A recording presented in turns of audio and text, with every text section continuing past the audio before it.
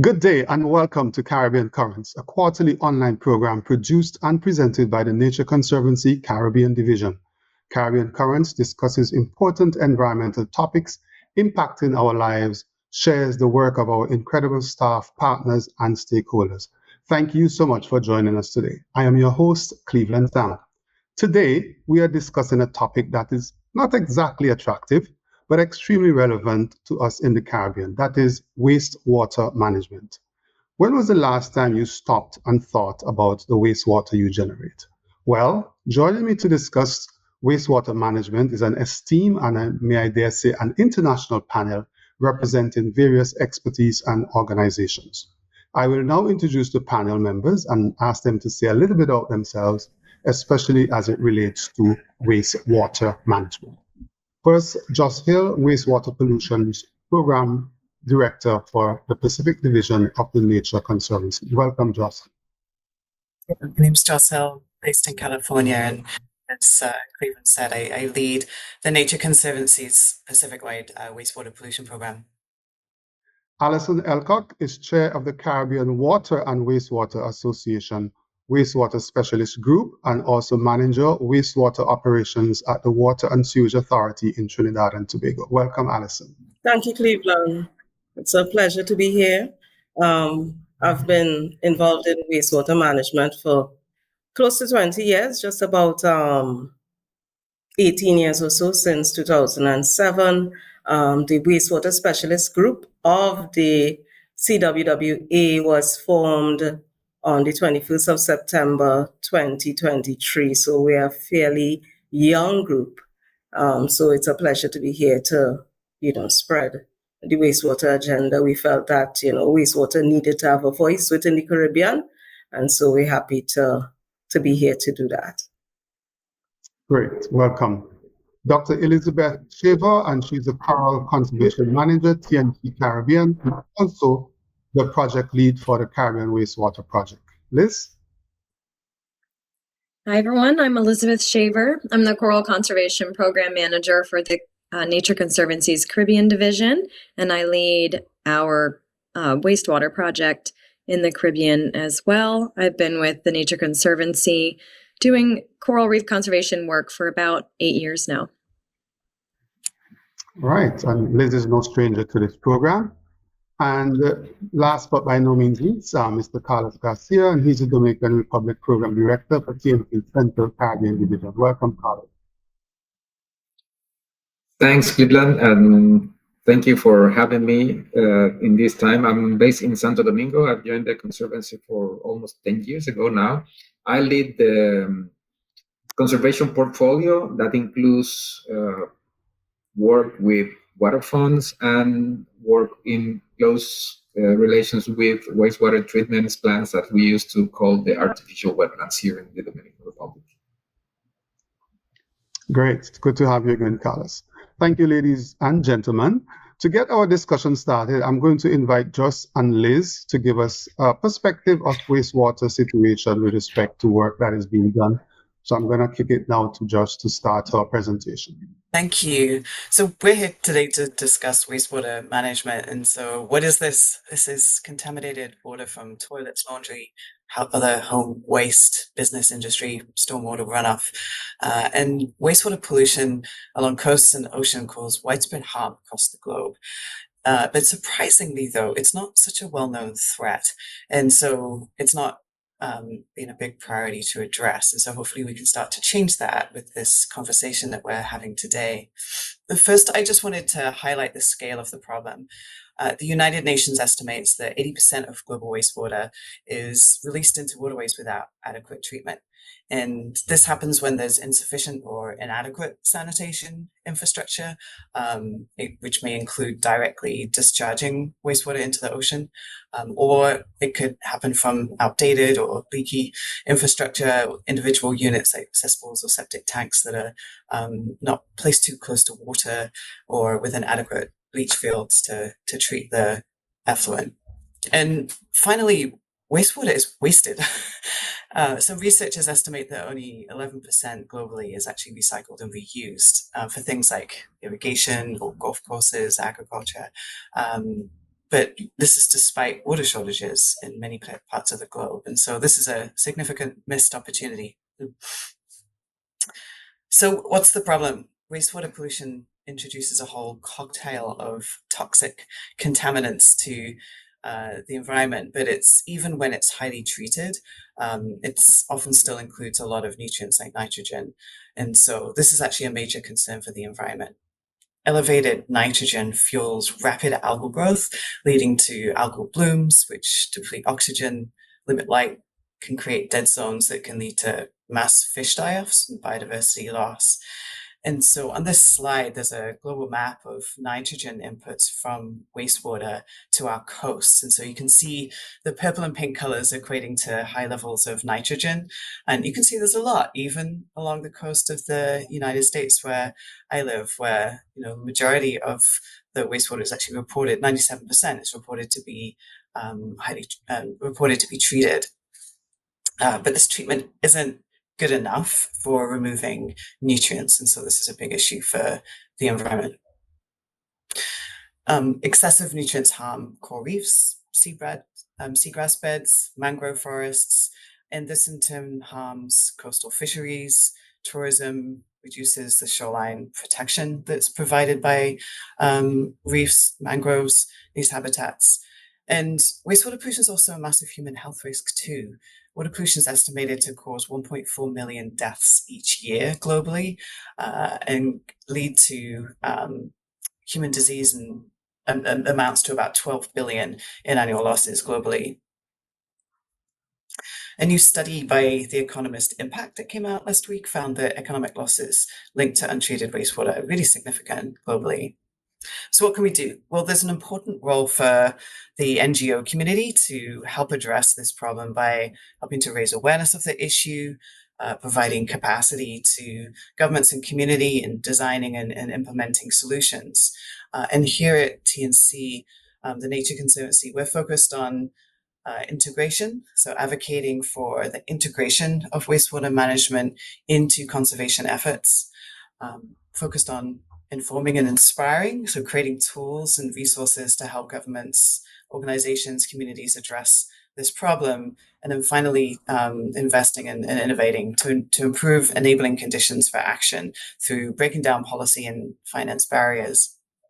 And just some of the things that we've been doing at the Nature Conservancy over the past few years include establishing the Ocean Sewerage Alliance. This is an alliance focused on fostering cross-sector collaboration and sharing knowledge, raising awareness of the impacts of wastewater in the oceans. And the Ocean Sewerage Alliance recently collaborated with The Economist Impact on the study that I just highlighted. The Nature Conservancy has projects all around the globe, and so my team is helping to connect lessons learned across these efforts and launch new programs in the Pacific.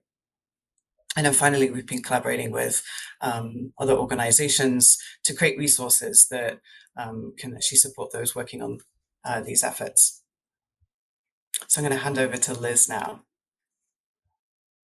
Thank you, Joe, so much for setting that stage for the importance of tackling wastewater pollution as a critical threat to our natural ecosystems, including to our marine ecosystems.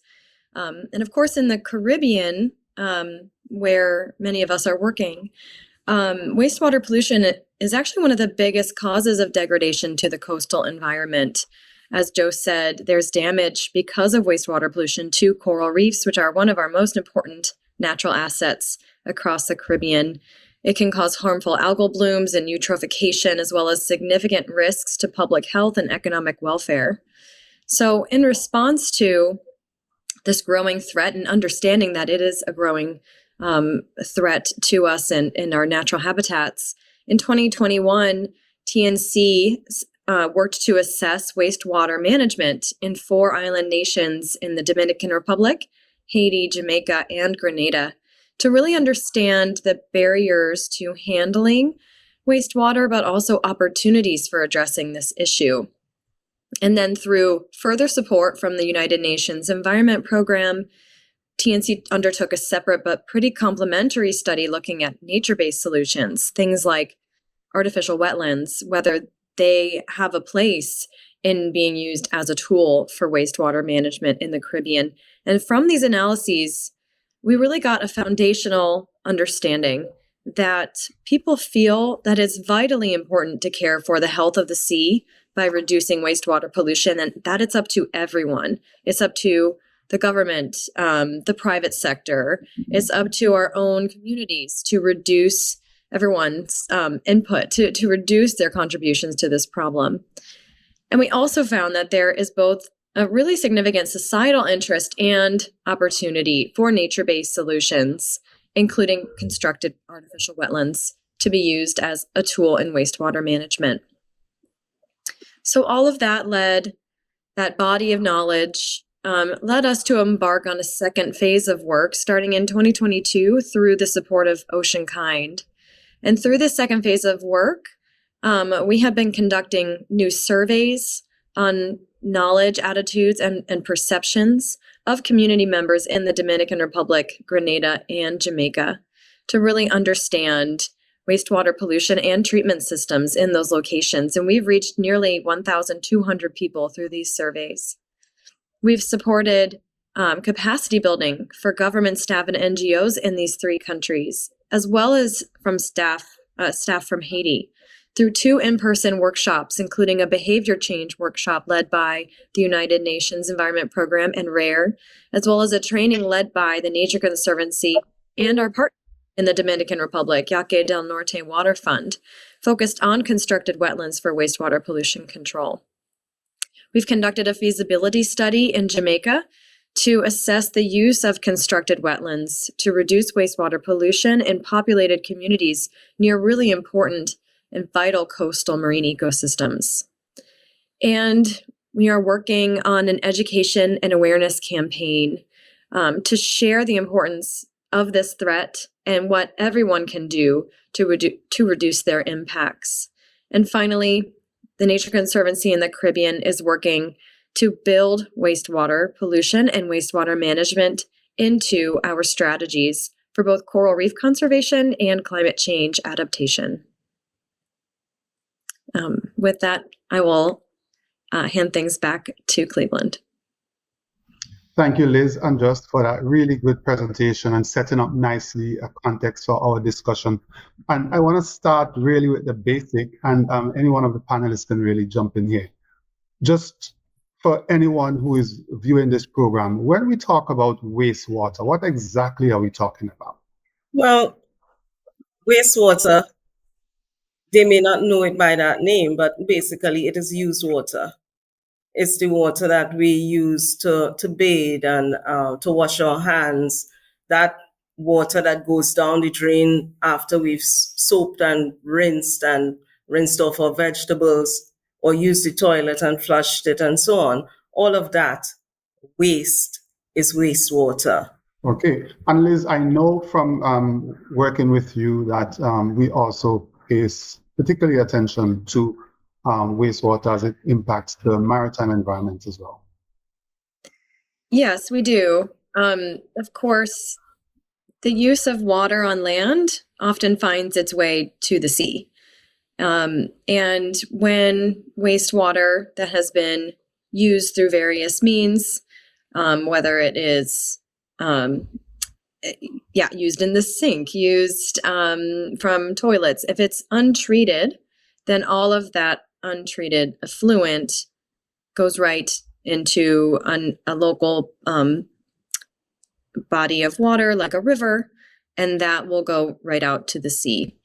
And of course, all of that untreated contaminant, potentially human sewage, goes onto our natural environment, like seagrasses, mangroves, coral reefs, and that can be very harmful to the health of those ecosystems. It can bring a lot of excess nutrients. It can bring a lot of pharmaceuticals, and again, untreated sewage, which can be very damaging.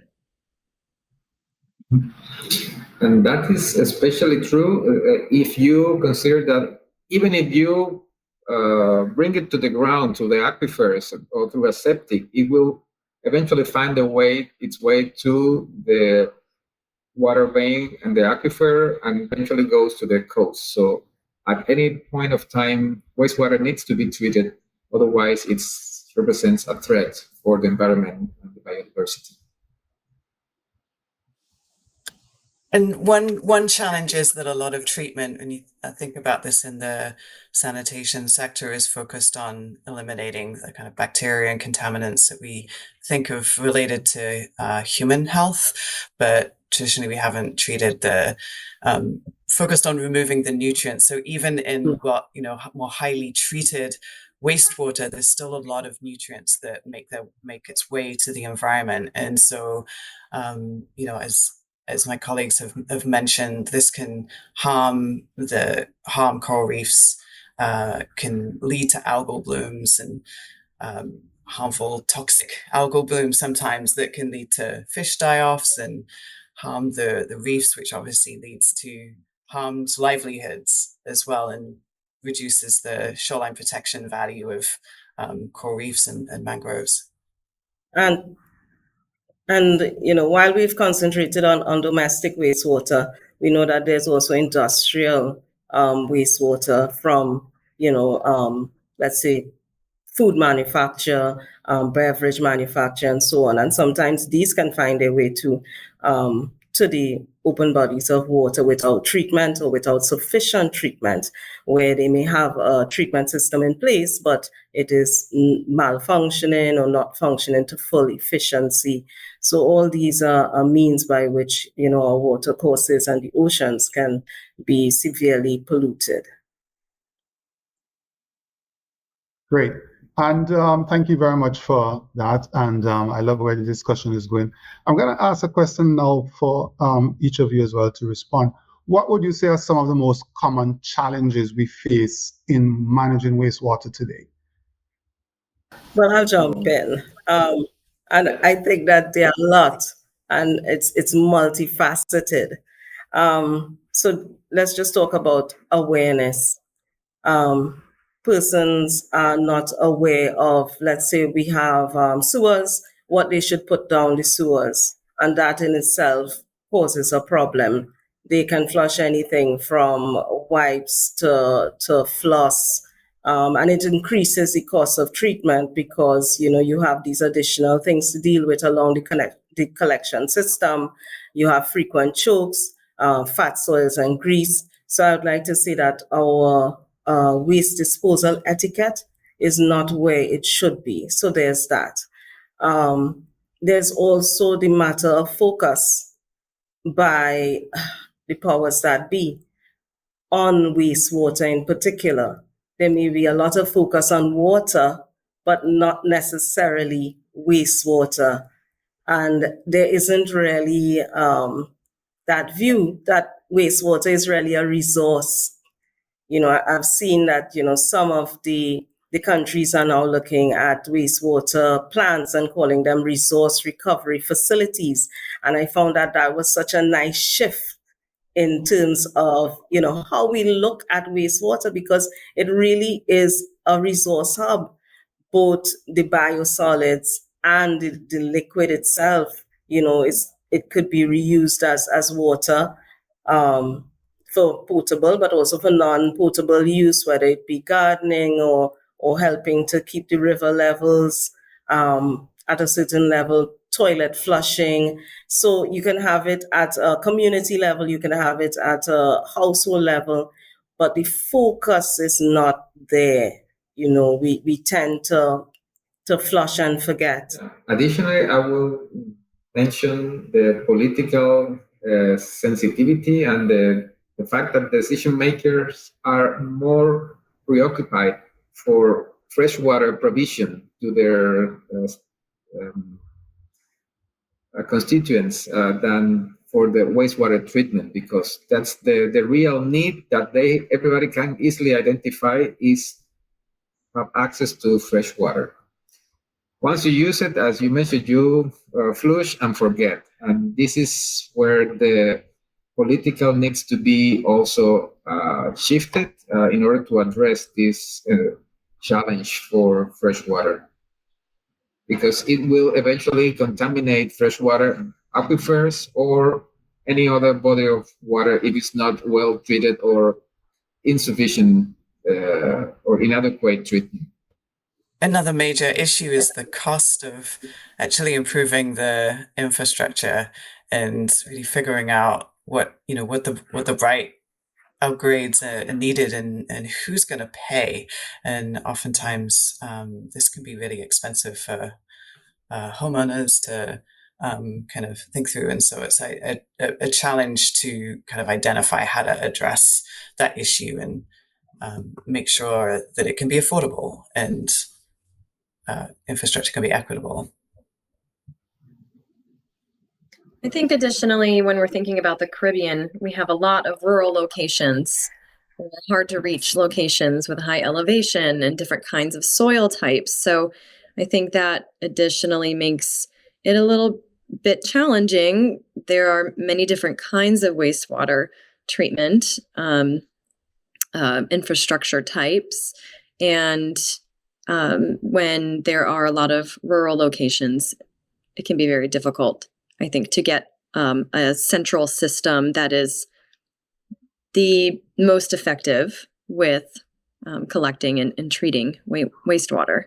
I think as well for the nature conservation sector, this is a really new space in general for us to try to understand how wastewater is impacting our natural habitats and how we can come to the table as part of that solution. It's a new group of, it's another, a new group of partnerships, new agencies, new organizations to be working with. And it goes from, for instance, we work a lot in the ocean, but this all starts on land.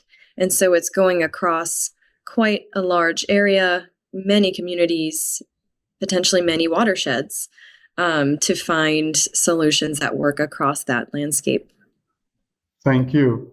And I mean, two of the things issues I want to bring up here, public health as well as livelihoods / tourism impact. In the Caribbean, we depend to a large extent significantly on the tourism industry. We also depend on a very healthy population in order to work in that industry and in other industries. What are the impacts with respect to public health and tourism and with respect to relative to wastewater and wastewater management? Maybe we can start with public health. Public health, it's relevant because if you don't have good quality of water, your foods and beverage might be contaminated, and that will represent a risk, a huge threat for the tourism sector. If your clients get ill because of the quality of their beverage, of their food they are eating in your place, it will damage your reputation and it will be a tremendous impact as a value change for the whole island or the whole country. The economy, as you mentioned, is very dependent on the tourism sector, pretty much in the Caribbean. Definitely, I want to agree with that, that it is important that when tourists visit our islands, that they have, the best experience possible. And a large part of the tourism industry relies on referrals. What people think about the visit that they had. And certainly if they're here and they get sick, or if they go to our beaches or rivers and it's unsightly, they could actually see the contamination. Perhaps there's a algal bloom, or the water is murky, or there's a scent or an odor. Certainly that would be reported and would have a dire consequence in terms of the economic impact on the tourism industry for the Caribbean countries. I do think it's important to note that in areas where there is really heavy tourism, that is also usually a place where there's a lot of pressure on the wastewater system and often more human sewage impacts to the natural environment. So it goes both ways, I believe, in terms of the importance of the tourism industry, understanding how important, of course, for tourists to have a good experience and to not, be affected negatively by some of these wastewater pollution issues, but that the tourism sector itself, just because of the fact that you have a lot of people in a very small, usually small area, that can put a lot of strain on wastewater treatment systems in an area and potentially cause wastewater pollution issues in those particular spots. All right, Allison, I want to come to you specifically.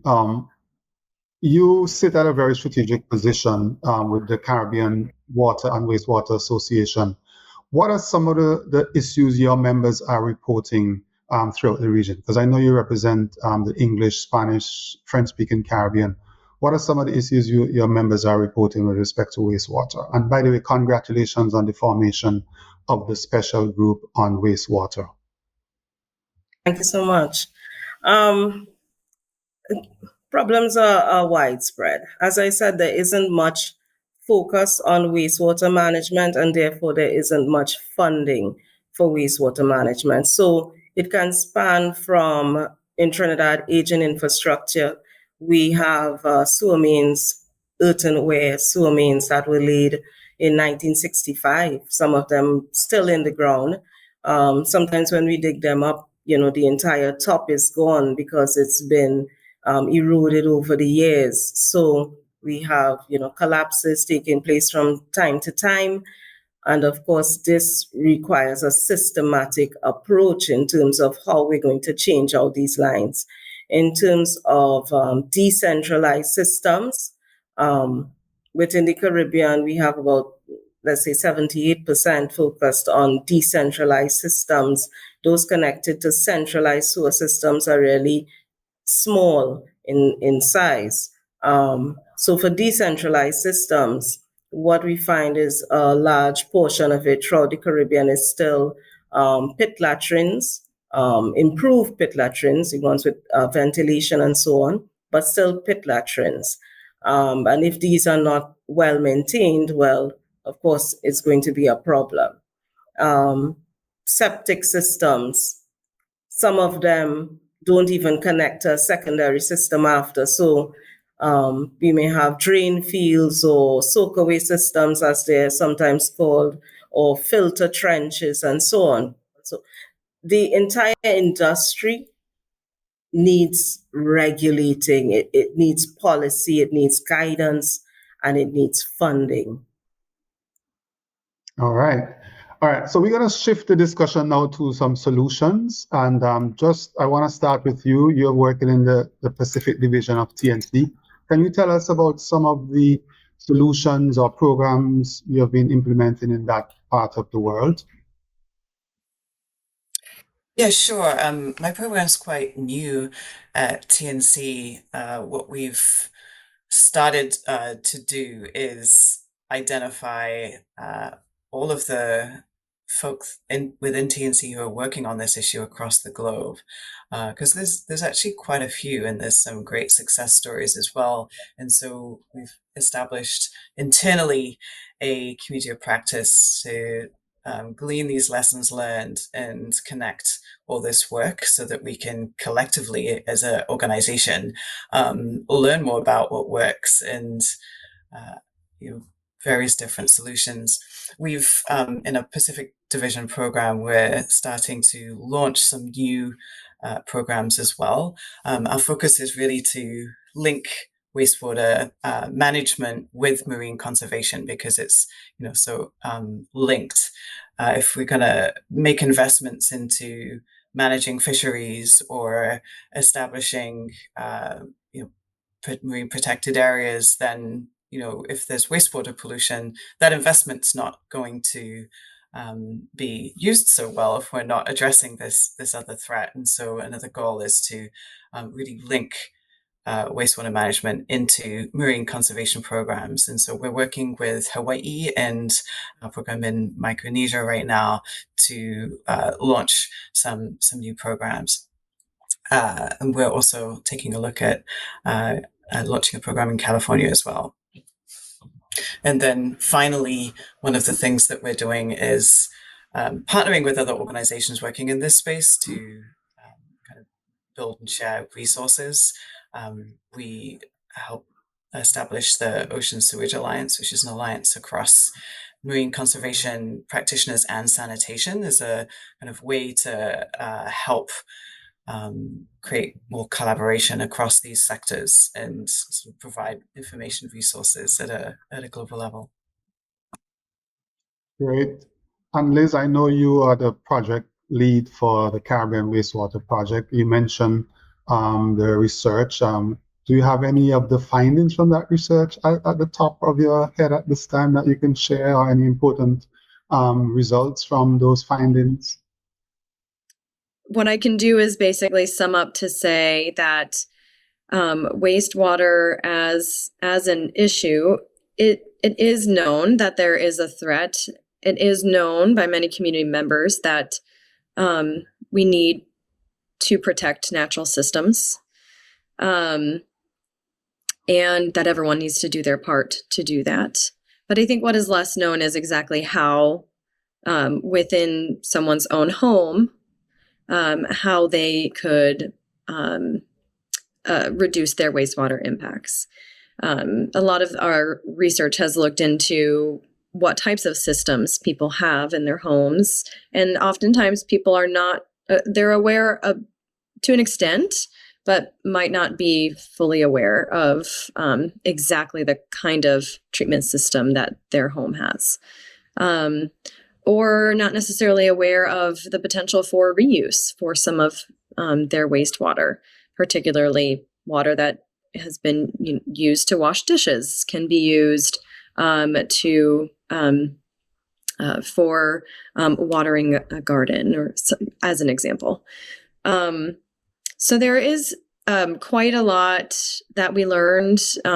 We did learn a lot that communication and awareness and education is vitally important for education.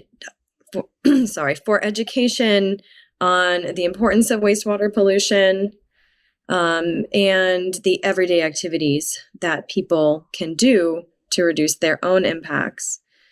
We also learned in a separate study the opportunity for nature-based solutions like constructed wetlands to be used throughout the Caribbean as a natural way for wastewater to be collected and treated slowly over time for going back into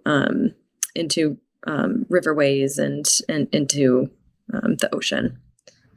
Great. And you mentioned constructed wasteland, and Carlos, I'm going to go to you because I know you and your team, you have been doing some really interesting work in the Dominican Republic with respect to wastewater and using wetlands and so on. Can you tell us about some of that? Yes, we are working with this reach-to-reef approach because a small island, it was said, what happens in the upper part of the watersheds reflects in downstreams in the next couple of days as a result in contamination. So we are working in a decentralized approach, mimicking what nature does to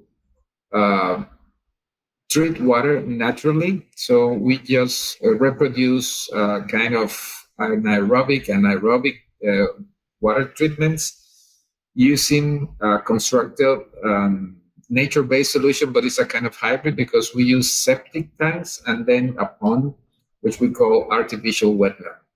In those elements, we provide anaerobic treatment to the wastewater and then an aerobic treatment with microphytes in the pond that treats the water. And at the end of this process that takes let's say, probably a month, a week in average, and then you can tell the difference just for seeing what the color of the water looks in the inlet and what is flowing out in the outlet.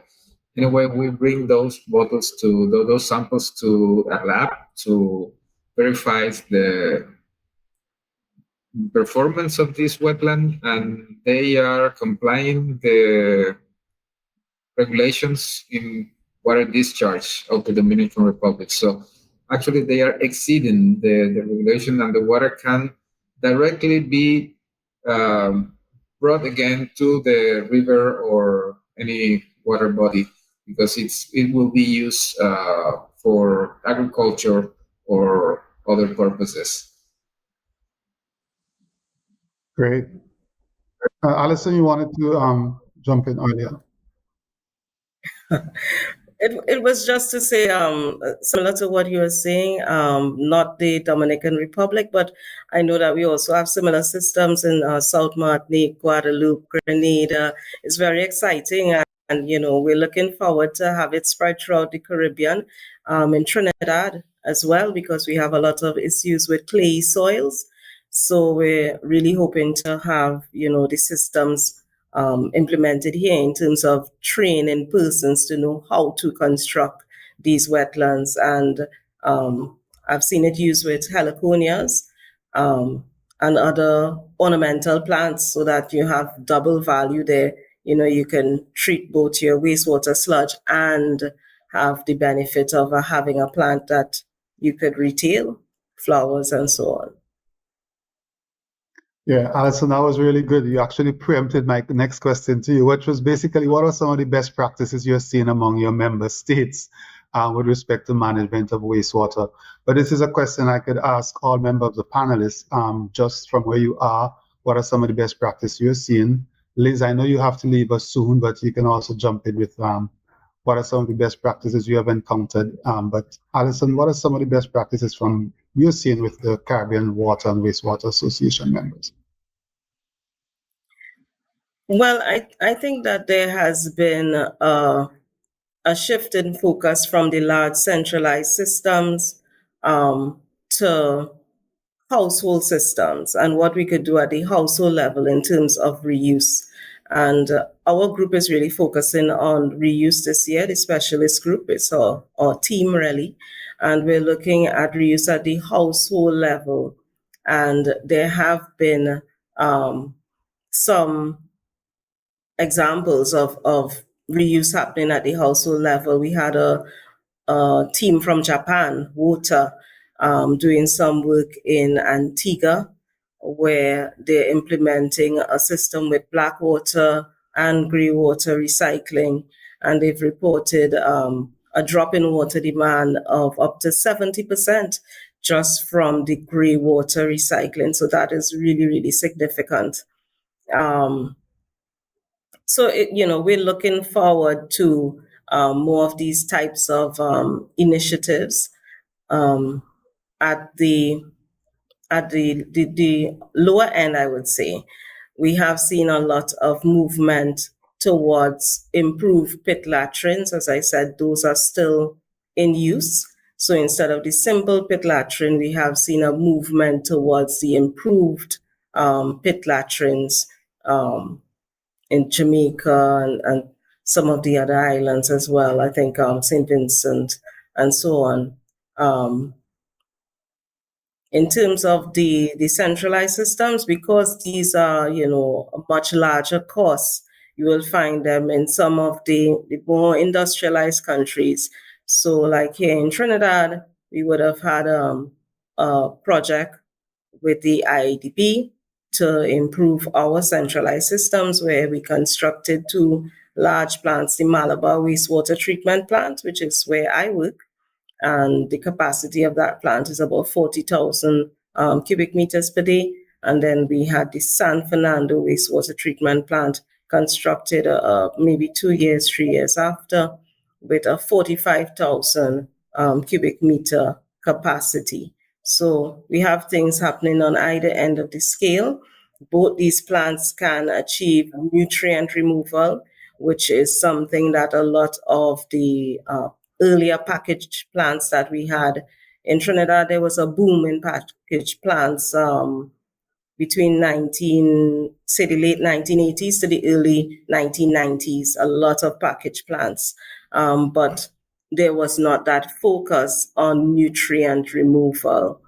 And a lot of them did not have the disinfection of the final effluent after. So we're looking at retrofitting those. But these newer plants that we've just built, the Malabar and the San Fernando, they can achieve this biological nutrient removal. So we're heading in a good direction where that is concerned. All right, I know Liz has to leave us, so Liz, I'm going to jump to you just in terms of any best practices that you have seen across the region in your work.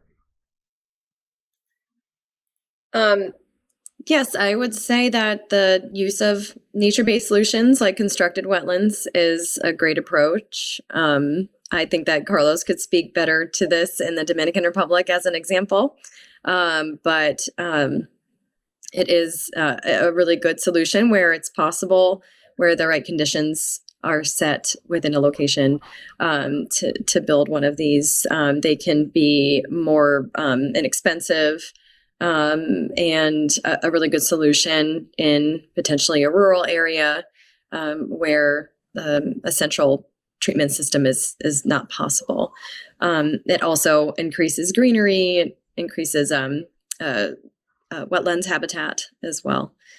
So I think that as a nature-based solution where we can have them to support this wastewater pollution issue, it is a really good option. All right, thank you so much, Liz. We know you have to leave us now, but we really appreciate you being a part of the panel, and we will obviously continue to see your work with the Caribbean Wastewater project at TNC. Thank you so much. Thank you. All right, I'm going to jump to you now in terms of best practices you're seeing in your part of the world. I would just echo what's been described here, like trying to use nature-based solutions wherever possible to soak up contaminants and nutrients. I've seen a kind of shift in thinking as well, similarly to how Allison described, for a focus more on smaller systems, smaller package plants rather than sort of big systems. I think one of the challenges with bringing in kind of new technologies to a place is the policy permitting environment as well, and making sure that there's capacity at the government level to be able to identify these new technologies and be able to test them in place and permit them, so that and make sure that there's capacity to implement them as well. So I think also I would just expand, best practices to really thinking about the kind of policy and environment and the capacity environment as well, to make sure that they can be implemented. And the policy question is such a critical one, really a critical one. As we see at TNC, policy makes conservation possible. All right, as we shift the program once more, I'm going to ask in terms of what can different sectors do? Let's start with businesses. What can businesses do to better manage wastewater? Restaurants, hotels, farms, I consider farming business, industries. What can they do to better manage the wastewater that they generate? Well, if I may chime in first. Oh, no, go ahead, please. Okay, Carlos. I was saying that I think educating themselves, first of all, that the water that they produce and let out, it goes somewhere and it ends up in the environment, in our waterways, in our oceans, and that it should be treated. Fat soils and grease, a major problem with restaurants. They may not have interceptor tanks or grease traps, or they may have them but not have them maintained. So they overflow either into the drains or into the sewer systems and so on, causing problems. Businesses, just to understand again, in terms of disposal etiquette, that not everything that you don't want goes down the drain. It could be a medical business, it could be expired pills, it could be other pharmaceuticals, cosmetics, etc. These things don't belong in the sewer system. So I would say, first of all, educating themselves to understand what to send down the system. And secondly, having the correct either full treatment or pre-treatment if you're going into a sewer system. So even if you are going into a sewer system, your waste may require some pre-treatment before it is discharged to the sewers. Yeah, I will add then that they should be aware of regulations in place and behave in that. Sometimes they need to make capacity building with their staffs because not everybody is aware of on a day-to-day business. They're always they used to work under pressures, different shifts, so they need to allocate resources in their cash flow to allow for those necessary investment to keep everything under control because regulation exists and they are risking their businesses to uh, lose reputation, get a fine, or even lose market share if they keep doing things in a wrong pathway. Okay, and so that's for the businesses, but in terms of individuals, regular man of the street, Cleveland, for example, what can we do to better manage the wastewater that we generate? No, first of all, be aware that the water you waste, don't let the water running when you're brushing your teeth, when you're shaving, because it's go to the same location. So it's wastewater. Once it flow into the pipeline, it joins the volume of water that is considered waste. And it was water that was not properly used. So be aware of the water amount that you are using or not properly using or wasting because it's a loss of resources.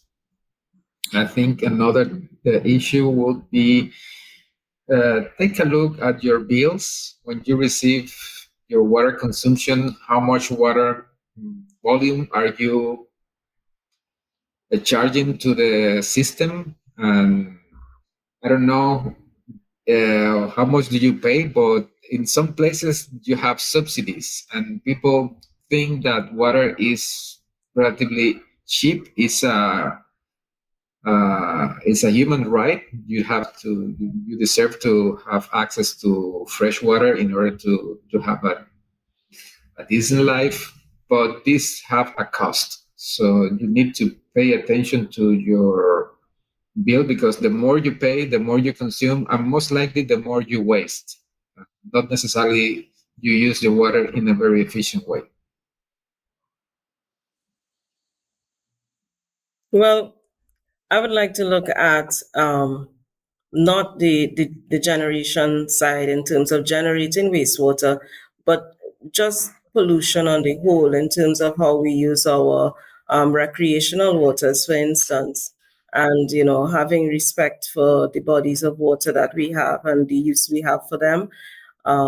In the Caribbean, river limes and beach limes are very popular. And the regular person, the man in the street, they need to know that, when they leave their rubbish, their garbage, they throw things into the rivers and the seas and so on, there's an impact. It's all connected. All of this water is all connected and it comes back to impact us really.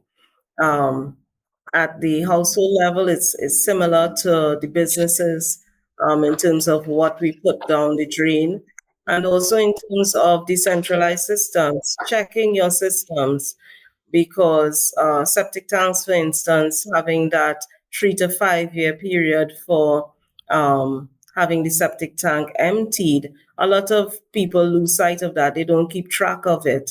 And so we see septic tanks overflowing, filled to the brim, and so on. And then because you have not planned for it, the cost seems to be a burden to have it done because you were not setting anything aside for that payment in terms of maintenance of your system.